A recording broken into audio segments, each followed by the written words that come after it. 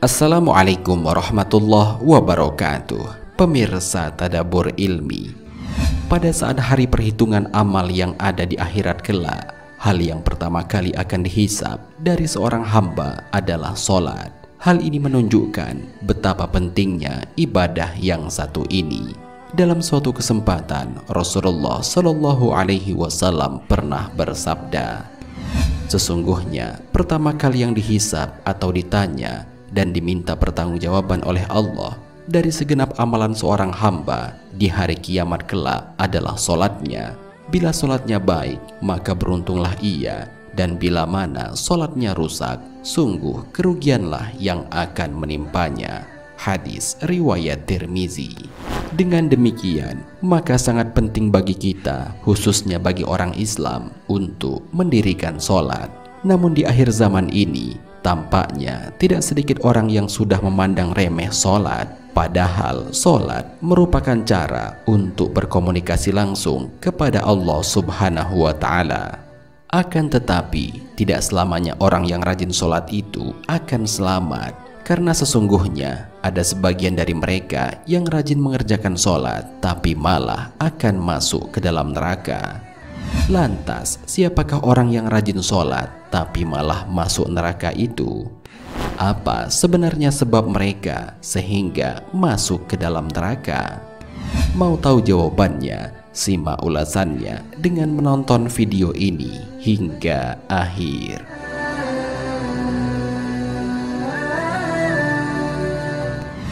Sebelum lanjut, bagi kalian yang belum subscribe, silahkan untuk menekan tombol subscribe terlebih dahulu. Aktifkan lonceng notifikasinya.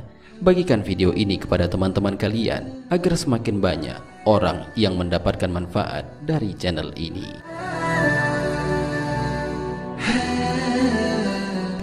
Orang yang sholat tapi suka berdusta. Di akhir zaman ini sangatlah susah untuk mendapatkan orang-orang yang jujur. Berdusta tampaknya sudah menjadi suatu kebiasaan di kalangan masyarakat. Padahal sekecil apapun sebuah kebohongan akan tetap dianggap sebagai dosa besar. Meskipun ada seseorang yang rajin mengerjakan sholat, namun apabila lisannya tidak bisa dijaga, suka berdusta, maka ibadahnya akan menjadi sia-sia. Apabila ia mati dalam keadaan belum bertaubat kepada Allah, maka akan menjadi sebab dirinya dimasukkan ke dalam neraka. Sebagaimana Rasulullah Shallallahu Alaihi Wasallam bersabda, hendaklah kalian berkata jujur. Sungguh kejujuran itu menunjukkan kepada kebaikan, dan sungguh kebaikan itu menunjukkan kepada surga. Seseorang yang selalu jujur dan tetap dalam kejujuran, ia pun ditulis di sisi Allah sebagai orang yang jujur. Jauhkanlah diri kalian dari kebohongan, karena sungguh kebohongan itu menunjukkan kepada kefasikan atau kemaksiatan, dan sungguh kefasikan itu akan menunjukkan kepada neraka. Seseorang yang selalu berbohong dan tetap dalam kebohongannya, maka ia ditulis di sisi Allah sebagai seorang pembohong. Hadis riwayat muttafaqun alaih.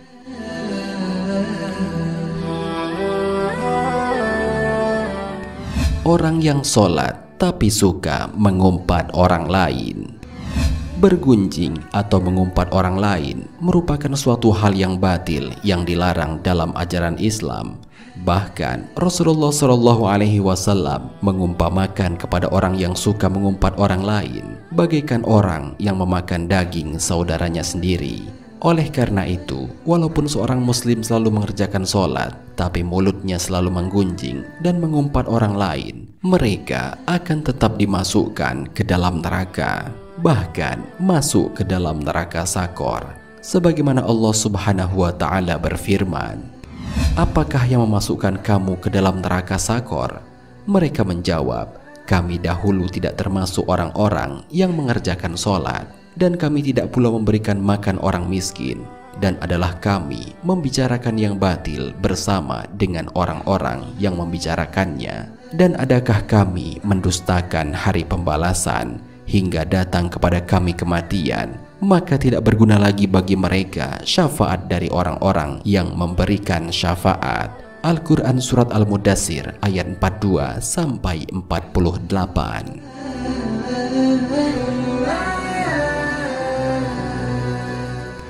Orang yang sholat tapi masih suka minum minuman keras.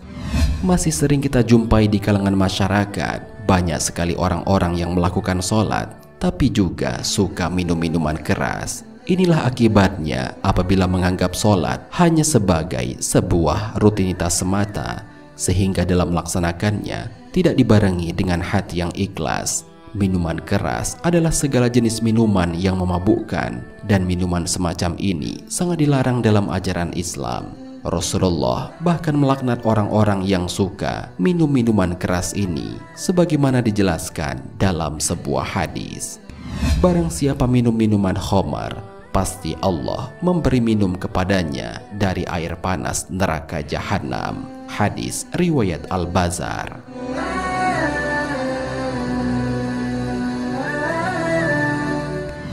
Orang yang sholat tapi masih percaya dukun. Orang yang percaya kepada dukun dan mempercayai bahwa ia adalah orang yang sakti, berarti ia telah melakukan perbuatan syirik, atau dengan kata lain, ia telah menyekutukan Allah. Sedangkan perbuatan syirik merupakan dosa besar yang tidak bisa diampuni, sebagaimana Allah Subhanahu wa Ta'ala berfirman, "Sesungguhnya Allah tidak akan mengampuni dosa syirik, dan Dia mengampuni segala dosa yang selain dari syirik itu bagi siapa yang dikehendakinya.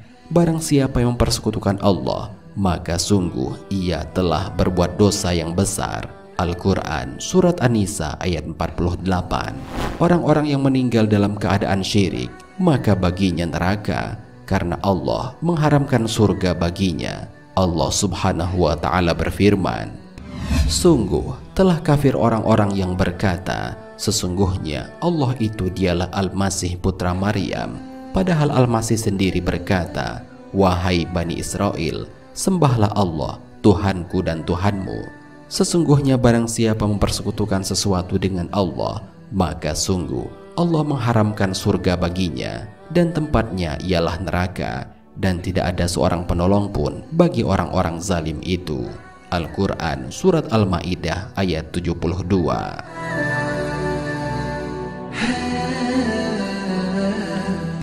Pemirsa Tadabbur Ilmi, demikianlah pembahasan mengenai orang-orang yang mengerjakan sholat tapi di akhirat malah akan dimasukkan ke dalam neraka oleh Allah. Hal itu karena mereka sholat tapi suka berdusta, suka menggunjing, suka minum minuman keras, dan masih percaya kepada dukun yang dapat memberikan pertolongan.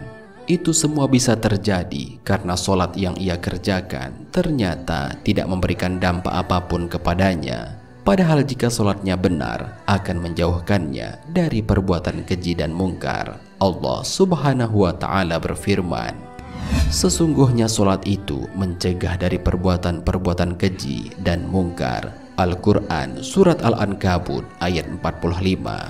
Ini dapat menjadi bahan introspeksi bagi kita. Apakah sholat yang kita lakukan sudah berdampak positif dalam diri kita, atau malah sebaliknya? Wallahu a'lam bishawab. Jika terdapat kesalahan dalam penyampaian ini, admin mohon maaf, dan itu merupakan kesalahan dari admin sendiri.